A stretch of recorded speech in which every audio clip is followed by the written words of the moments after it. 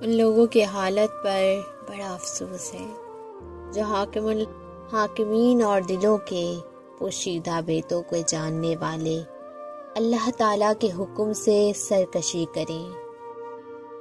سوال ایسے بلا کا ہے کہ انسان کیسا ہی بولنے والا ہو مگر سوال کی عادت سے زبان کمزور ہو جاتی ہے۔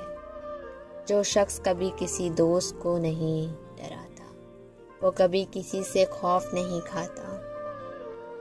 جو شخص ڈرپوک ہو وہ اپنے مطلب کو حاصل کرنے میں ناکام رہتا ہے۔